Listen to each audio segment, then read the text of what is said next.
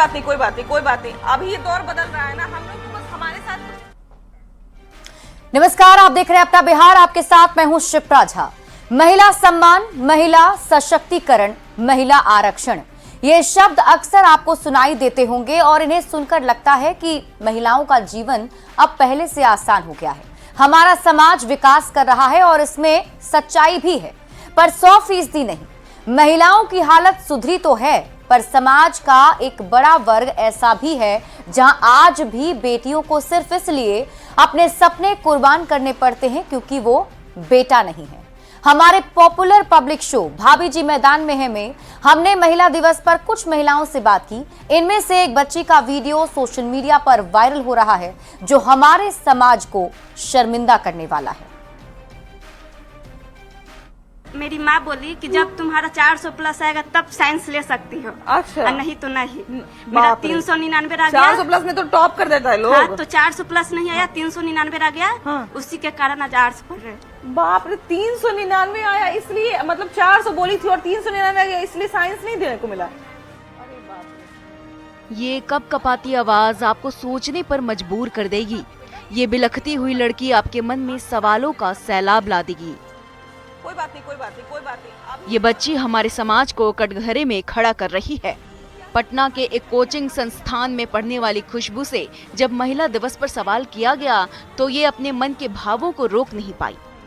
हम लोग को फोन भी नहीं दिया जाता है पढ़ने के लिए। फोन भी नहीं दिया। और इतना दुख तो आना में। इसने साहस जुटाकर अपनी कहानी साझा करने की शुरुआत तो की, पर अपने आंसुओं से हार गई। कोई बात नहीं, कोई बात नहीं, कोई बात नहीं। अभी ये दौर बदल रहा है ना, हम लोग तो बस हमारे साथ कुछ इस तरह की चीजें होती थी ना, तो हम लोग यही सोचते थे कि जब हमारा दौर आएगा तो हम लोग ये गलती नहीं करेंगे, है ना। आप रोइए मत, एकदम दिल मजबूत करके रखाइए। एक्स्ट्रा पढ़ने का मन करता है तो फोन नहीं मिलता है पढ़ने के लिए। कोई बात नहीं बेटा, आप बस ये तय कर लीजिए कि आपको जो मिला है ना उसमें आप बेहतर करके दिखाएंगे। खुशबू विज्ञान की किताबों की सुगंध लेना चाहती थी, पर उस पर मानविकी का बस्ता लाद दिया गया। ये कहानी सिर्फ खुशबू की ही नहीं है। साइंस ले सकती हो। अच्छा। और नहीं तो नहीं। मेरा 300। आज भी भारत में न जाने कितनी बेटियां सिर्फ अपने सपनों के साथ समझौता कर रही है क्योंकि वो बेटा नहीं। 399 आ गया। उसी के कारण आज आर्ट्स पढ़ रहे। गांव देहात में ऐसी पितृ सत्ता की पीड़ितों की संख्या और ज्यादा है। इसलिए साइंस नहीं देने को मिला। अरे बाप रे। अरे अरे कोई नहीं। अरे बेटियों को पढ़ाने के लिए और उन्हें आगे बढ़ाने के लिए राज्य से लेकर केंद्र सरकार तक कई योजनाएं चलाई जा रही है। 400 प्लस नहीं आया, 399 आ गया। उसी के कारण आज आर्ट्स। पर उन योजनाओं का क्या वजूद जब आज भी एक महज 1 नंबर कम आने पर एक होनहार बच्ची को उसकी पढ़ने की इच्छा को दबाना पड़ रहा हो। अपने ही घर में दोहरे रवैये का शिकार होना पड़ रहा है। आपको साइंस लेने का मन था नहीं, 400 बोली थी और 399 आ गया इसलिए साइंस नहीं देने को मिला। अरे बाप रे। अरे अरे कोई नहीं। अरे ये भेदभाव सिर्फ पढ़ाई तक सीमित नहीं है। जीवन के हर मोड़ पर खुशबू जैसी लड़कियों को समाज के बनाए बेतुके पैमाने में ढकेलने की कोशिश होती है। तो हम लोग यही सोचते थे कि जब हमारा सवाल है कब तक ऐसी बेटियों से उनका अधिकार छीना जाता रहेगा। इतने बदलाव, इतने विकास के बाद भी आखिर अपना समाज कितना बदल पाया है। Bureau report, news 18। उसी के कारण आज आर्ट्स पढ़ रहे। बाप रे, 399 आया इसलिए, मतलब 400 बोली थी और 399 आ गया इसलिए साइंस नहीं देने को मिला। अरे बाप रे। अरे अरे कोई नहीं। अरे कोई बात नहीं बेटा, ये धीरे धीरे होगा सब। 400 बोली थी और 399 आ गया इसलिए साइंस नहीं देने को मिला। ये धीरे धीरे होगा सब। आपको साइंस लेने का। कोई बात नहीं, कोई बात नहीं, कोई बात नहीं। अभी ये दौर बदल रहा है ना, हम लोग तो बस हमारे साथ।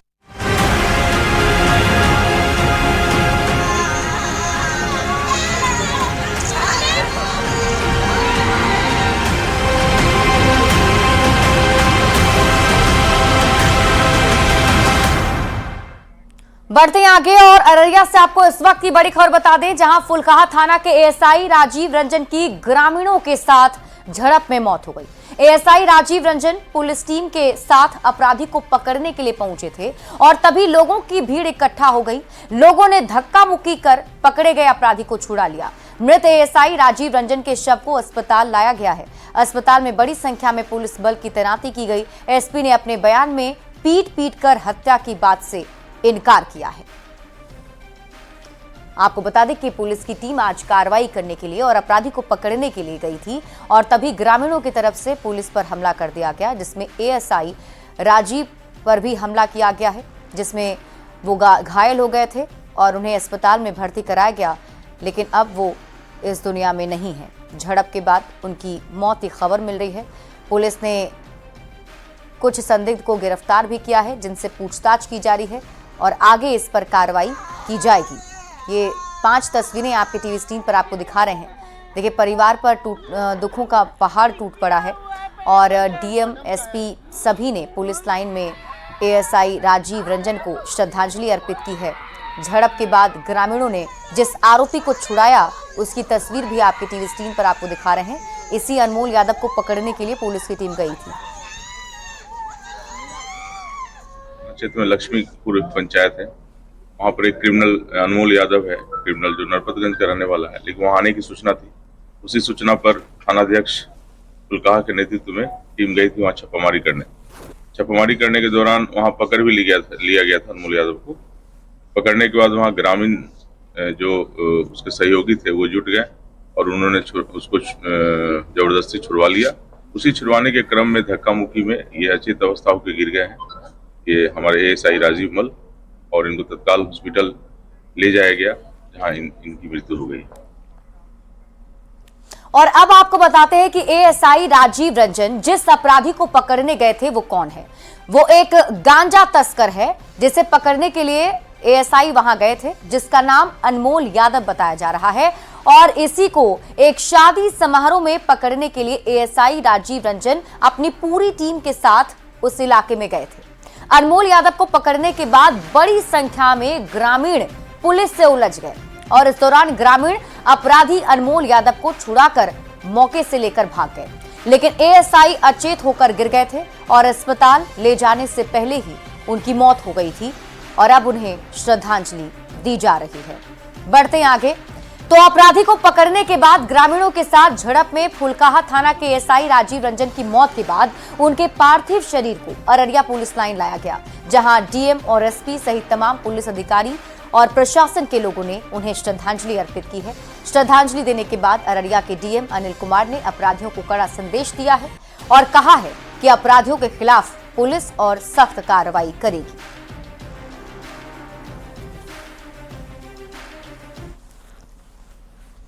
हम लोगों ने कुछ गिरफ्तारियां भी की है और मैं यह आपको बताना चाहता हूं, ये जो घटना हुई है इसके अंतर्गत हम लोग ऐसी अप्रत्याशित कार्रवाई भी करेंगे जिससे सभी में ऐसे जो असामाजिक तत्व हैं उनमें भी एक मैसेज जाए। यदि इस प्रकार से कोई घटना होती है तो वो बख्शे नहीं जाएंगे, वो छोड़ेंगे। अररिया में एक जो बड़े ही सक्रिय अपराधी थे उनको गिरफ्तार करने के लिए पुलिस टीम गई थी। गिरफ्तारी भी हो गई थी, लेकिन उसके बाद ज़्यादा लोग नहीं थे, 20-25 की संख्या में लोग कुछ हल्ला करने लगे। उस बीच में जो एएसआई थे वो अचानक कोलैप्स कर गए। उनके बदन पे कोई इंजरी वगैरह नहीं पाया गया है। अब पोस्टमार्टम से पता चलेगा कि उनका कुछ हार्ट वगैरह का कोई इशू था या क्या था, बट इंजरी नहीं, कुछ ऐसे ही हल्ला उल्ला हुआ था। ऑब्वियसली गिरफ्तार करके जब ले जा रहे थे तो लोगों ने हल्ला किया, तो कोई मार पिटाई का भी कोई ऐसा वीडियो या नहीं आया है। तो उनकी डेथ हो गई, उनको भर्ती कराया गया था, बट वो एक्सपायर हो गए। तो जो भी उनके परिवार को दे, अनुकंपा के तहत दे चीजें हैं, सबको मुहैया कराया जाएगा। अररिया के फुलकाहा में तैनात एएसआई राजीव रंजन की ग्रामीणों से झड़प के बाद उनके गांव मुंगेर में मातम पसरा हुआ है। मुंगेर में रामनगर थाना क्षेत्र के जानकी नगर में उनका घर है। राजीव रंजन की मौत की खबर मिलते ही गांव में सन्नाटा पसर गया है। उनके रिश्तेदार और ग्रामीण उन्हें याद कर गम में डूबे हुए हैं। राजीव रंजन साल 2000 में बिहार पुलिस में भर्ती हुए थे। सबसे पहले गया, फिर पटना और उसके बाद अररिया के फुलकाहा में उन्हें पोस्टिंग दी गई थी। उसके बारे में इस जवानी में वो चला गया, वो भी अपराधी से लोहा लेते हुए। एक जाबाज लड़का था, मिलनसार था, बहुत सोबर लड़का था वो। हम लोग का हार्दिक दुख है, बहुत तकलीफ। मिलनसार आदमी है, समूचे गांव में उसका उठना बैठना है, बहुत बढ़िया बच्चा है। उनकी शादी हो गई थी जी, 2 लड़की है और अपने हैं दोनों जी। उनका पिताजी हैं अनिल कुमार मल। अब ऐसे बच्चे के लिए मैं क्या कहूँ, जहाँ पर मुझे जाना चाहिए था वहां पर मेरा बच्चा चला गया, मैं क्या कहूँ उसके लिए। मेरा नाम संजय कुमार मल है, हम उनके चाचा हैं। अररिया में एएसआई की मौत पर बिहार कांग्रेस के अध्यक्ष डॉक्टर अखिलेश प्रसाद सिंह ने नीतीश सरकार पर निशाना साधा और कहा है कि मुख्यमंत्री के हाथ से लॉ एंड ऑर्डर पूरी तरह से निकल चुका है। राम भरोसे है, भगवान के भरोसे है। यहाँ कुछ भी लॉ एंड ऑर्डर का कुछ बचा ही नहीं है। मुख्यमंत्री जी के ये से सब कुछ बाहर हो गया है। वो भारतीय जनता पार्टी के हाथ में कठपुतली बन के नाच रहे हैं। लॉ एंड ऑर्डर के मुद्दे पर पूर्णिया सांसद पप्पू यादव बिहार सरकार पर जमकर बरसे। पटना में उन्होंने कहा कि कांग्रेस इन मुद्दों पर सरकार को घेरेगी और मजबूती से विपक्ष का नेतृत्व करेगी। और अगली खबर आपको छपरा से बताएंगे, लेकिन उससे पहले आपको बता दें कि आज पप्पू यादव की तरफ से बड़ा बयान दिया गया है और कहा गया है कि सरकार को घेरने की कोशिश होगी। के बारे में अब कोई मुद्दा ही नहीं बचा। बेटी का बलात्कार के मुद्दा ही नहीं है। आप समझिए, मैं जा रहा हूं अररिया, मैं अभी एक खिलाड़ी को मार दिया, वहां भी जा रहा हूं, इसलिए आप चिंता ना करिए। अभी मुद्दा है हम लोगों का, हम लोग मिल के काम करेंगे और आप देखते चलिए, ये जिम्मेदारी कांग्रेस की होगी।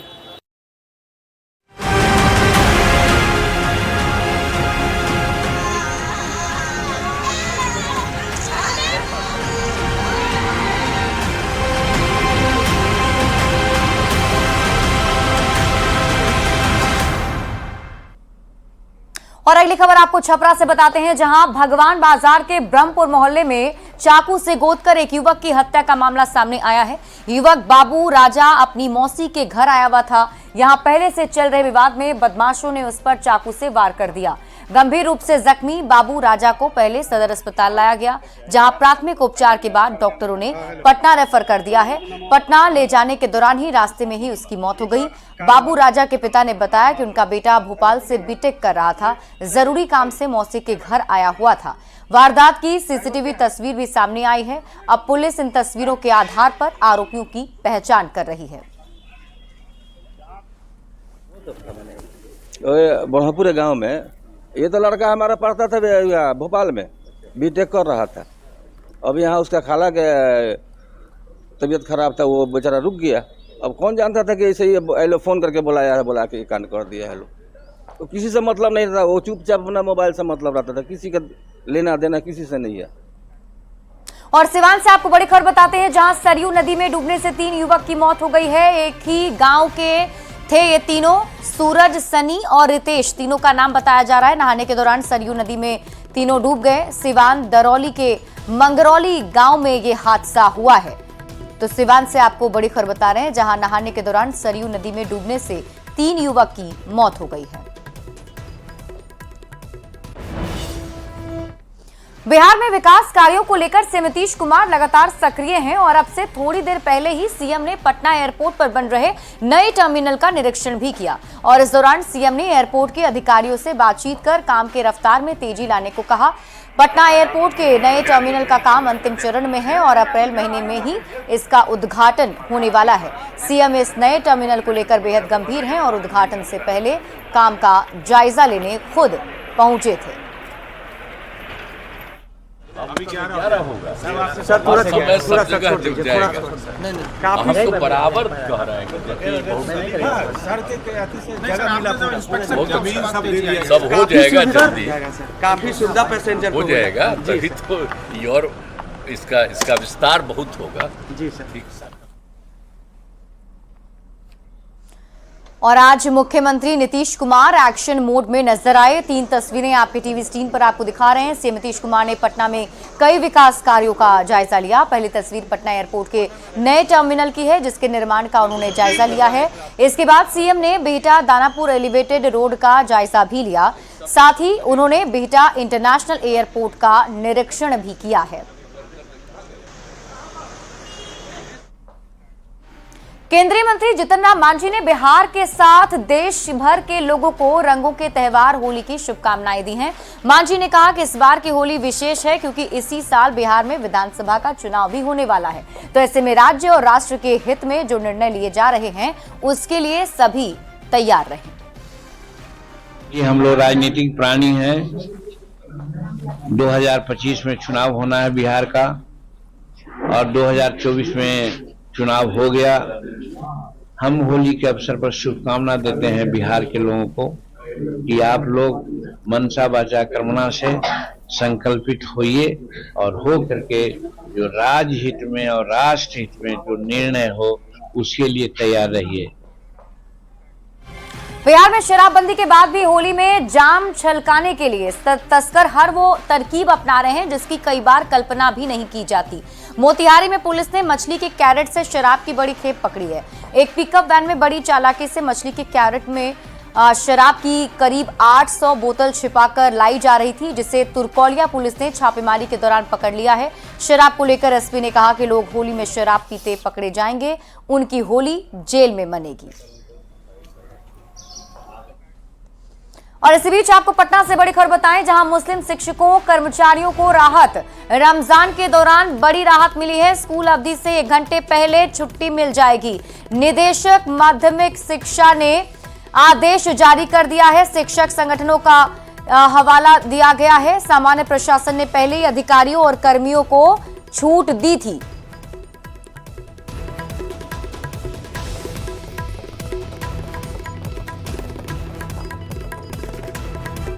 और फिलहाल इस बुलेटिन में अभी के लिए बस इतना ही। आप देखते रहिए न्यूज़ 18 बिहार झारखंड।